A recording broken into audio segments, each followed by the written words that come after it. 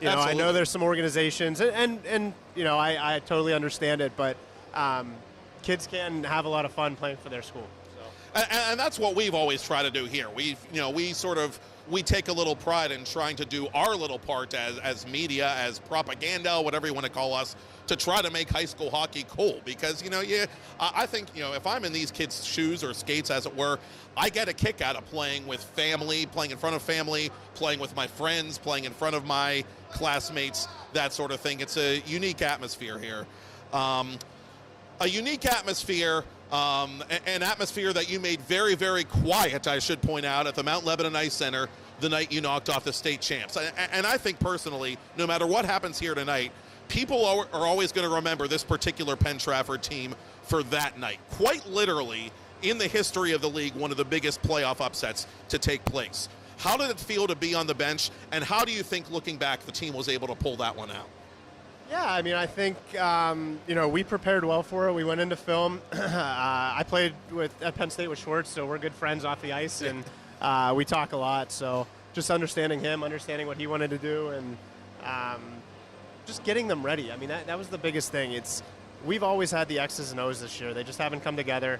It's always been about the mental space, and there's something funny about do-or-die games, right? You need to come together as a team. You need to play for what's on the front. So, you know, I'll remember that night as a coach. I know a lot of these kids will remember that as a team, but I promise you, in that locker room before the game, when the coaches came on the ice, we felt like we were going to win that game. And that's odd to say as an 8 seed that kind of fumbled into the playoffs there. But, you know, we had every aspiration of winning, and we thought we had a winning formula, and they executed it, right? Right.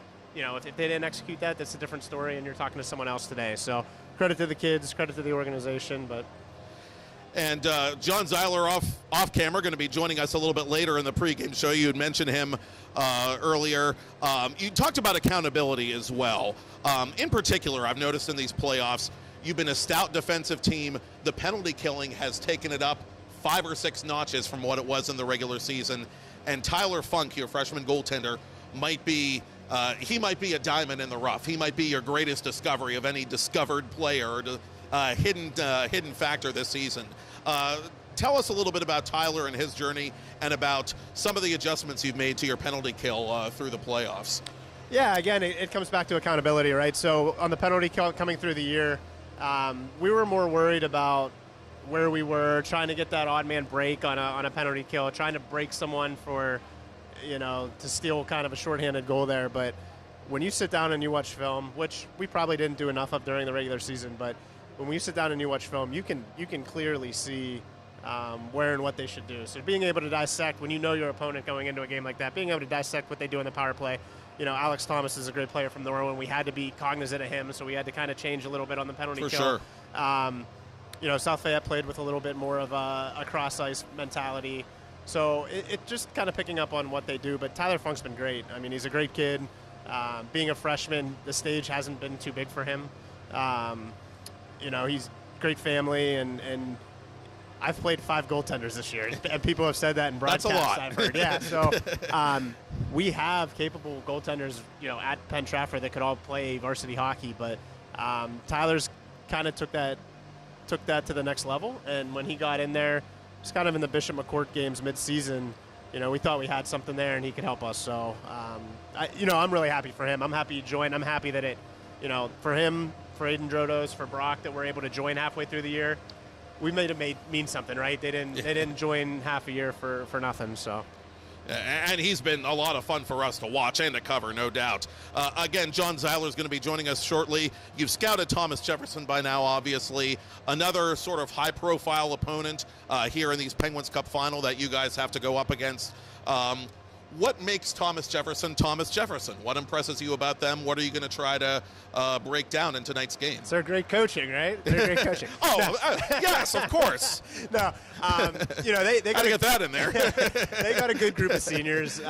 They've played together for years, and they're fast. They all play amateurs. They understand the game of hockey. So the main point for us is just to take away time and space, minimize their high-scoring opportunities, and minimize our mental mistakes. The more we can minimize our mental mistakes, that usually doesn't end well for us, right?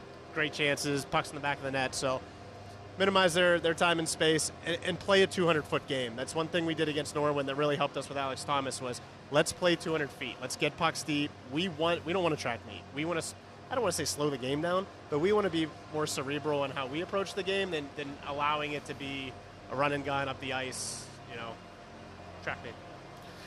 And finally, just thinking back, not just on your time as a player, but your time as a coach at Penn Trafford, safe to say that this has been your favorite season, or at least your favorite 2 or 3 week fraction of a season in all your time involved with the program?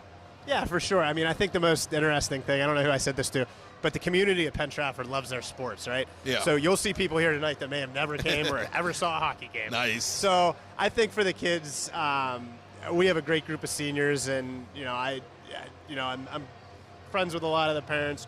My teacher's a wife.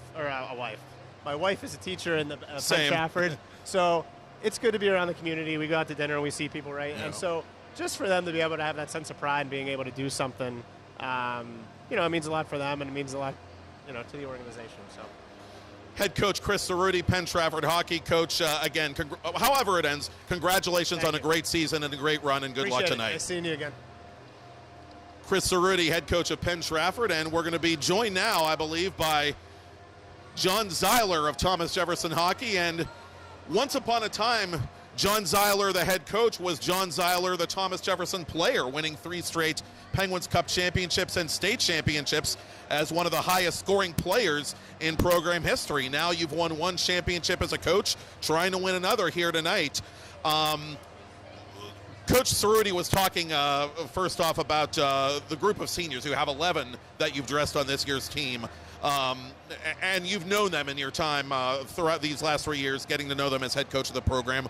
What's impressed you the most about those 11 guys, about that group? Well, the 11 guys, they're just talented. They're very talented. They're a close group of kids. They're friends off the ice.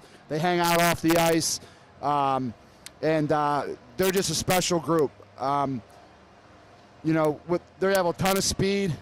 Their maturity level has grown a lot since their sophomore year, and that's what a big reason this year has been a big part of our success. And this TJ team has been one of the more consistent teams in your time here. And you yourself, again, you've been on championship teams in high school. You went on to play for the LA Kings in the NHL. Not a lot of PIHL players can say they got that opportunity to play in the big show. So you really individually have a worldview of the game. Which aspects of that worldview do you try to pass on to your team as you're coaching these days? Honestly, it's about playing the game the right way. The way I made it to the NHL was just honestly playing the game the right way. Stopping, starting, blocking shots, finishing my checks, being very coachable. And that's what I talk to these kids about a lot. It's just honestly playing the game the right way. Don't cheat the game. If you cheat the game, good things won't happen for you. And just being coachable. Listen to coaches, okay? Respect your coaches, and you'll go a long way. And your team has been on a winning streak that is, at the moment, as we enter this Penguins Cup championship game, the longest active winning streak in your classification. So it's you guys have been quite literally the hottest team in Class AA entering this championship game. By and large, do you feel that the team has played the right way in these first 2 playoff rounds?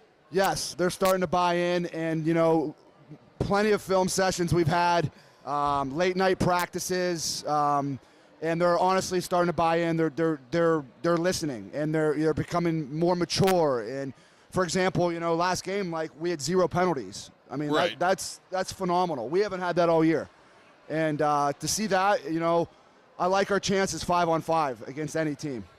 And the 1 power play against Franklin Regional in that semifinal game, you scored on. Not that at the time you didn't necessarily need to, but you were an opportunistic team in both phases of special teams, and I'm sure that's going to be big as well in a championship game if you guys are able to be a little bit more opportunistic than they are. Yes, sir. And again, it's Thomas Jefferson and Penn Trafford at 6:15 tonight, the first of our 2 games. Coach, what has it meant to you to come back to TJ hockey after all these years and take over the varsity program, and to see it be successful and be a winning program again like it was when you were around? I'm very proud to be where I'm from, Thomas Jefferson. I knew living away and all the different states and living over in Germany, I knew I was always going to come back to good old Jefferson Hills. I have a huge family. All of them pretty much live in Jefferson Hills. And, I knew I was going to raise my kids in Jefferson Hills. I have 2 kids currently, 4 and 6, and they're hockey players as well. And it's just something in our blood. And, I couldn't be more proud to be a part of the Jaguar program.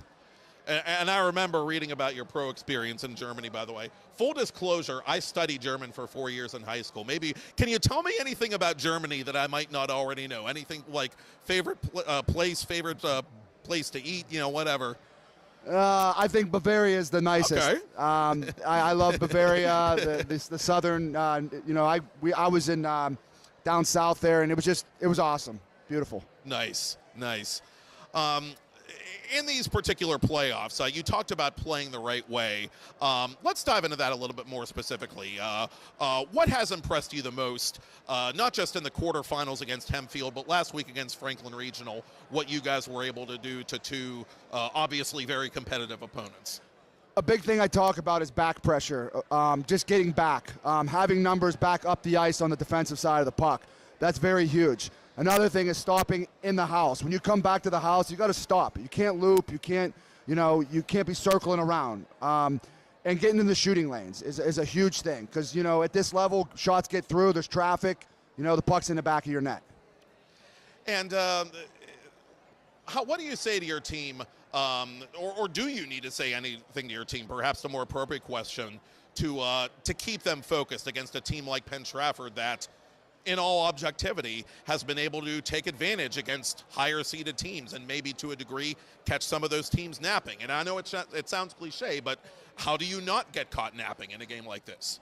I'm hoping my boys are ready to come to play tonight. We've been here before 2 years ago, that sophomore group that they're now seniors, and they know it's all on the line. They know this is their last, because this could be their last game, and they're going to come out, and I believe in them. I'm very positive, Coach, and I truly believe they're going to come out. We're going to come out flying, hopefully buzzing, getting in on the forecheck, and giving a presence there. Any particular keys to victory against this particular opponent tonight, Penn Trafford? Tyler Funk, I coached him at the Pittsburgh Vengeance. I was his head coach, and he's a really good goalie. And, I tell my guys, we got to take away his eyes. You got to get in front of him. He's a freshman goalie, and, we got to get around the net. The easy shots, the easy shots from the outside, he's going to suck those ones in. He's going to make those look easy. We gotta get him moving side to side. We gotta, get a lot of traffic in front, and hopefully we can get on him tonight. And once again, 6:15 puck drop we anticipate for the Penguins Cup Championship between the Jaguars and the Warriors. Once a Jaguar, always a Jaguar. Head coach John Zeiler, thank you for taking some time. Thank you so much. Thanks, Coach John Zeiler, head coach Thomas Jefferson Hockey. And why don't we welcome in Brian Mitchell for a minute. We're going to touch a little bit on the Class AA game before we shift gears to the D2 final between Neshannock and Burrell. And Mitch, I get the impression as I look at tonight's first matchup that if TJ is ready to play, as Coach Zeiler talked about, if they are on their toes coming out and Penn Trafford is not, this could be a long night for Penn Trafford. If Penn Trafford brings that bounce back mentality they've had through these first couple of playoff rounds, could be a different story. Yeah, I think the key to this game is Penn Trafford has to come out fast and come out hard on these Thomas Jefferson Jaguars, because if you're looking at these two teams the way Penn Trafford's done it, they are the Cinderella story this year. This is the 8th seed in a Penguin Cup final. They've done it by jumping all over their opponent early in the games, middle of the games, playing a 60-minute game, and I don't see it stopping here. Thomas Jefferson's going to have their hands full, I believe, but I don't think it's going to be as far away as most people think if it goes either way. So, absolutely, and it seems like it's the popular saying is whoever gets the first goal is going to be big. I think it could be about whoever gets the next goal, as it were, because again, every time Penn Trafford has come out and given up that early goal, they've been able to get off the mat and get one and get back into this game. And get back into their game. And Thomas Jefferson showed a little bit of that resilience as well against Franklin Regional. Franklin Regional scored very early. They retook the lead, and both times, quick response goal by Jake Stock. And then in the second period, TJ became TJ. I agree with you for every coach that is not named John Zeiler. I have seen games go where they have lost the lead 2-3-0 and then come back. You have the adjustment. You have to accept the adjustment factor, and there are very few coaches that can get inside their players' heads and get that adjustment out of them. You talk about that Franklin Regional game last year. We talk about all that occurred. I mean, anybody else? We can talk about this. You get out first. No, it's going to be the team that needs to get that last goal. So, indeed, and again, it'll be facing off at 6:15. I'm going to have to jump. I'm running this there. I do have a quick announcement for everybody out there, and I apologize for taking your thunder here, Mr. Matt Popchak. This was breaking as of last week. I want everybody at home to know, and you, Mr. Popchak, I told you guys this last week. This game, the AA game and the AAA game that is going to be played tomorrow is going to be replayed on Sportsnet Pittsburgh next week, next Wednesday. We are excited about this. It is the first time in league history that the games are going to be played live. We feel like this is going to be a bigger part for the league going forward with Sportsnet Pittsburgh. We appreciate it. We want to say thank you to them. And I really personally want to say thank you to you, the Trib, and every other broadcaster that is taking their time out to cover games this season that made this possible. I apologize I have to jump in here with that, but I want to make sure that everybody knew that at home. And, you know, we're really proud of it. It came together quick, and unfortunately we weren't able to get the single A and the D2 games involved in it. That's not on anything that's going on with there. That was simply just logistic problems. We're going to work on trying to get those on at some point. But right now, they're willing to put those ones on, and we're going to be able to do that for a project going forward. So thank you, Mitch, and it's a great plug, and we look forward to seeing that. Just very exciting news and huge for high school hockey in Western Pennsylvania. Thank you for stepping in as you have. And with about 9 minutes left thereabouts. I can stick around and talk D2 let's games. Stick around I want to make sure that was said, so we were cut on time, man. Absolutely. All right. Let's look at Neshannock and Burrell because, well, game number 1 has the potential to go a couple of ways.